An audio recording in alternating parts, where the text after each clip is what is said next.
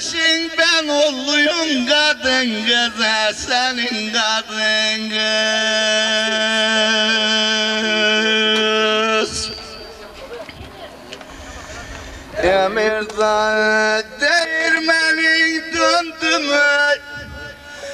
Döne döne sıra bize geldi mi? Bize geldi mi?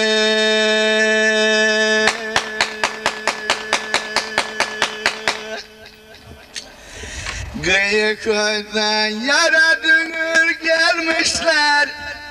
Söyle gülüm seni seven öldü mü?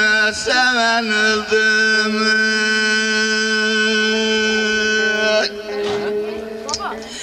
Söyle yarim seni seven öldü mü? Seven öldü mü?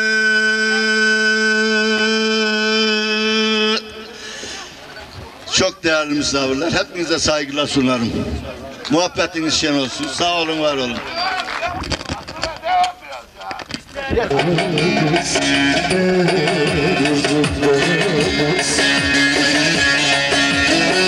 Var ben öleydim, var ben öleydim.